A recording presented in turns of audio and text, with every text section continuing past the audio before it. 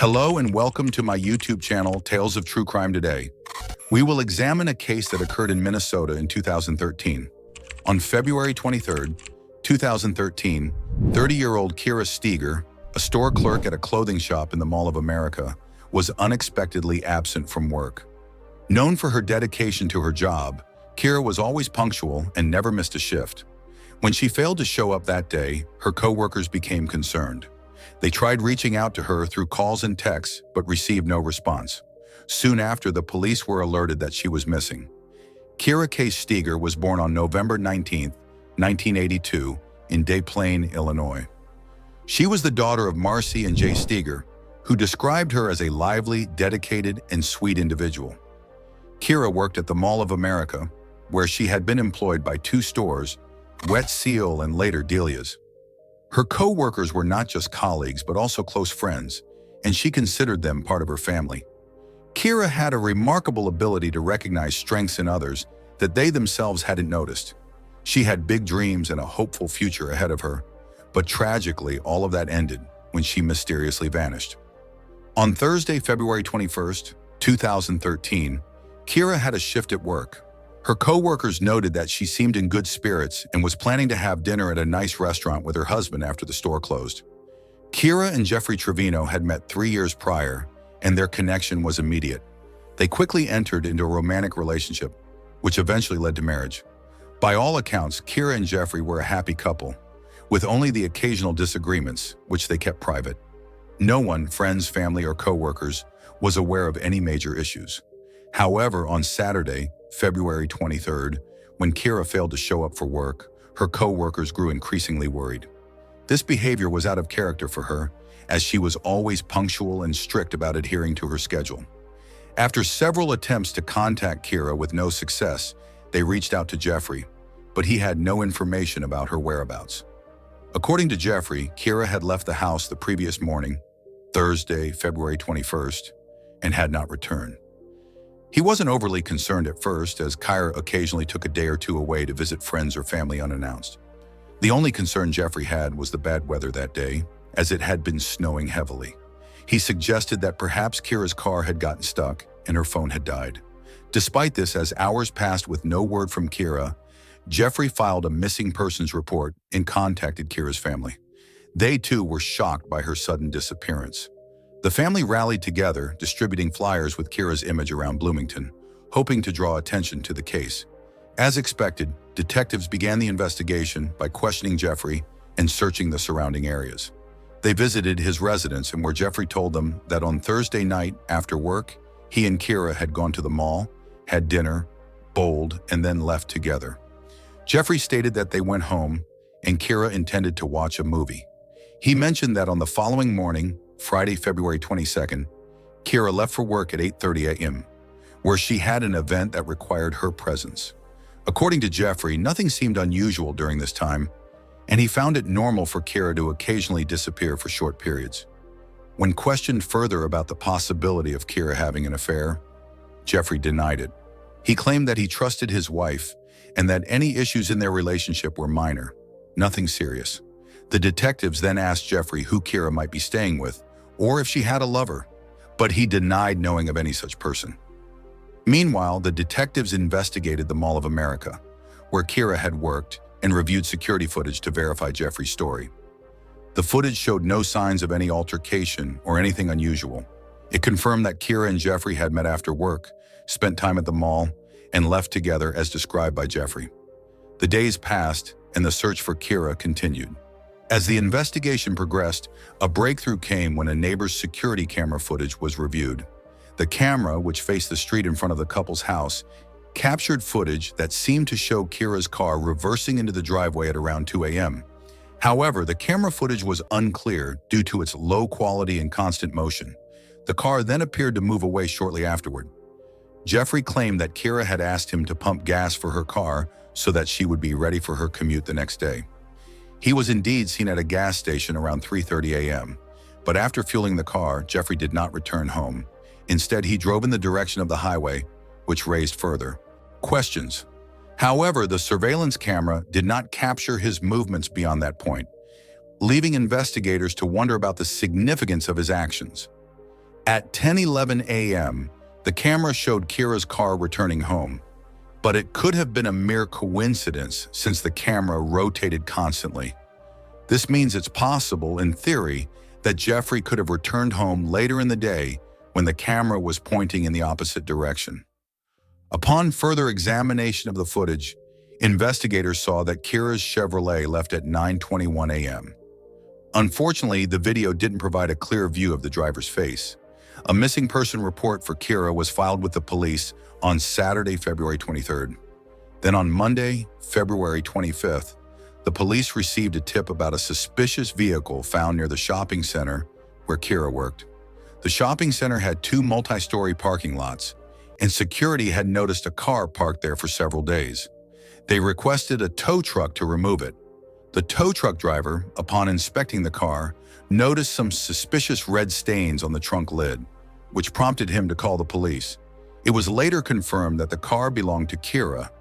While the stains weren't extensive, they were concerning. Along with the car, Kira's purse was found, containing divorce court papers that appeared to have been downloaded from the internet. Nearby, a small dark object on the snow caught the investigators' attention. Upon closer inspection, they discovered a rolled-up trunk mat with dark stains on its underside. DNA testing confirmed that the blood on the mat was Kira Steger's. This discovery led the investigators to believe, with great regret, that Kira was likely no longer alive. The news shocked her family and friends who had held on to the hope of finding her alive. But with this grim realization, many painful questions arose. How had she died? Did she suffer? And who could have had the motive to take her life? The absence of Kira's body made it all the more difficult for her loved ones to bear the grief. The detectives' main focus now was to identify the person who had abandoned Kira's vehicle in the parking lot. The car was last seen leaving the house at 9:21 a.m. About 20 minutes later, mall cameras captured footage of the car entering the parking lot. Although there were no cameras in the lot where Kira's car was found, there was a camera pointing towards the path leading to it. This camera footage helped investigators see a man in a hood appear shortly after Kira's car arrived. The man's hoodie wasn't unusual considering the cold weather. However, the detectives were keen to track his movements. They saw the man cross the street and approach a taxi stand, where he briefly conversed with one of the drivers before getting into the cab and driving away. The police managed to identify which taxi company the car belonged to, and from the timestamp of the footage, it was clear which vehicle the man had taken. Thanks to GPS tracking devices in all the taxis, they traced the cab's route. The hooded man ended his trip a block away from Kira and Jeffrey's home, paying the driver in cash before leaving the neighborhood. The taxi was also caught on the same camera that had partially captured footage of Kira and Jeffrey's house. 2 minutes later, the hooded man reappeared on the footage. Though the low-resolution camera made it hard to see his face, the white logo on his hoodie was unmistakable. As the detectives continued reviewing the footage, they saw the man enter the house where Kira and Jeffrey lived. Kira had been missing, and it seemed nearly certain that this man was Jeffrey. After obtaining a search warrant, investigators entered the house. At first glance, the house seemed ordinary, but a closer inspection revealed troubling signs. Criminalists found dark red stains in the couple's bedroom, with several on the walls beside the bed and around 100 on the mattress. It appeared that the bedroom had been recently rearranged and cleaned. When luminol was sprayed on the floor, it illuminated a large number of blood stains that were invisible to the naked eye. These stains, which extended into the other areas of the house, were confirmed to be Kira's blood, which deepened the belief that she was no longer alive. In addition to searching the house, police also examined Jeffrey's car. Though there was no blood or signs of a struggle, something caught their attention: a gas station receipt found in the car. It had been issued an hour and 40 minutes before Kira's car was abandoned at the mall. The receipt indicated that the purchase had been made using Jeffrey's credit card. Investigators went to the gas station and reviewed the security footage. The footage showed Jeffrey filling his car and withdrawing cash from an ATM, offering a glimpse of his face.